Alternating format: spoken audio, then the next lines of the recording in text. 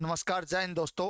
आपके अपने online platform exam क्रांति के इस ऑनलाइन प्लेटफॉर्म पर मैं सचिन स्वागत करता हूं। देखिए, आज की इस वीडियो में एक महत्वपूर्ण विषय होने वाला है और महत्वपूर्ण विषय क्या है उसके बारे में चर्चाएं करेंगे। और सभी बच्चों की नौकरी पर तलवार अटकाने का काम किया, बच्चों के साथ बहुत बड़ा खेला हो चुका है। एचएसएससी बार बार फटकार दे रही है, बच्चों पर एक्सपेरिमेंट पे एक्सपेरिमेंट कर रही है। तो देखिए, मामला क्या है, मामला सुन लेते हैं। तो सबसे पहले देखते हैं कि एचएसएससी ग्रुप डी को लेकर के है। किसको है? एचएसएससी ग्रुप डी को लेकर के। रही बात कि एचएसएससी ने सर जी रिजल्ट निकाल दिया, अब क्या दिक्कत है? सबसे पहले तो भाई जो बच्चे लग गए उनको हार्दिक बधाइयां।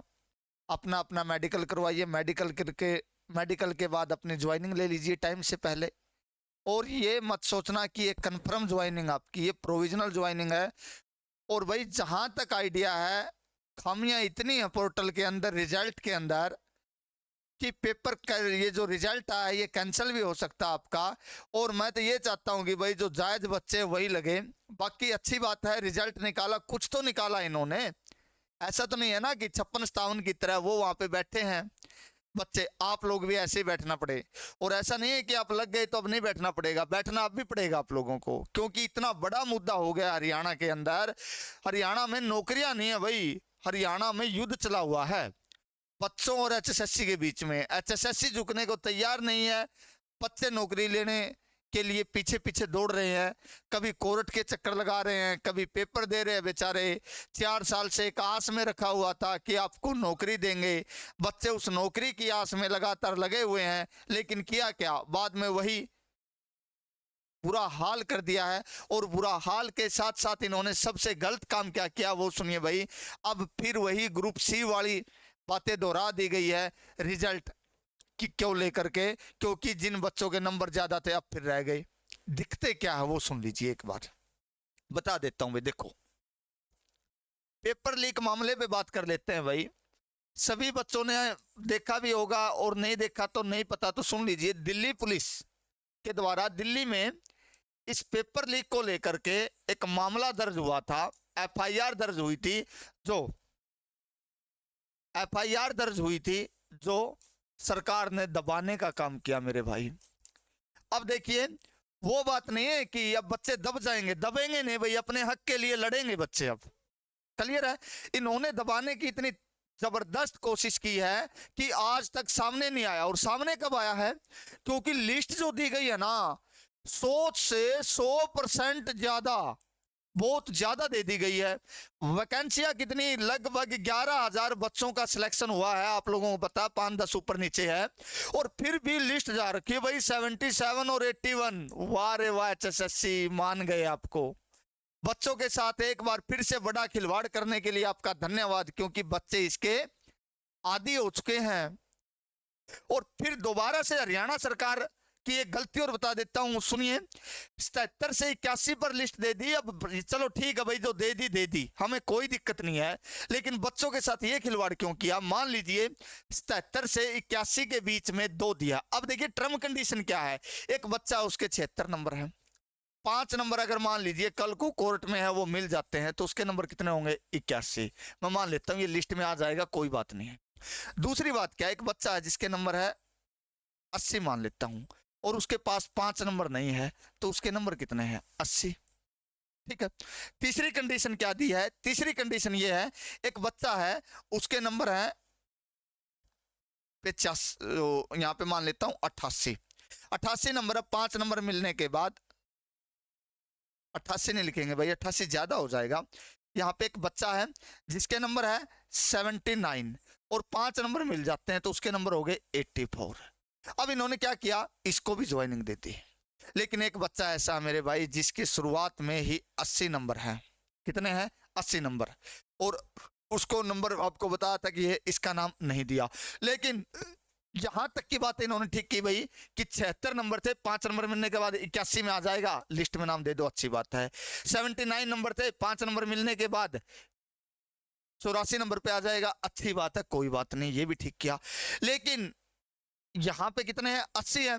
एचएसएससी क्या इतनी बड़ी तोप हो गई कि कोर्ट की भी अवहेलना करेगी। अब मान लीजिए किसको पता है भाई ये 5 नंबर मिलने वाले, मैं कहता हूं कि नहीं मिलते और भविष्य में आशा करता हूं कि ना भी मिले, क्योंकि ये फ्री की रेवड़ी है भाई। कहीं ना कहीं बच्चों के साथ खिलवाड़ होता, पढ़ने वाले बच्चों के साथ। अगर मान लीजिए ये नंबर नहीं मिले तो ये लिस्ट है ना, ये जो 76 नंबर 5 नंबर वाला, 76 वाले का तो सिलेक्शन है, 80 वाला नहीं। अरे क्या बात है, ये इतना भविष्य में इतना बढ़िया बोर्ड हमें मिला है कि हमें इसकी प्रशंसा करते करते थकते नहीं भाई, क्योंकि इसने सारी हदें पार कर दी है बच्चों के साथ खिलवाड़ करने वाली। और धन्यवाद करते हैं हम तो खट्टर साहब का और माननीय चेयरमैन साहब का कि आपके इस बोर्ड में इतनी कमियां होने के बाद भी आप पूरे गर्व के साथ इतनी प्यार से झूठ बोल देते हो कि हमारे अंदर कोई कमियां नहीं है। क्यों, बच्चे पागल हैं क्या? तो बच्चों के बारे में भी सीखिए, सोचिए कुछ ना कुछ है।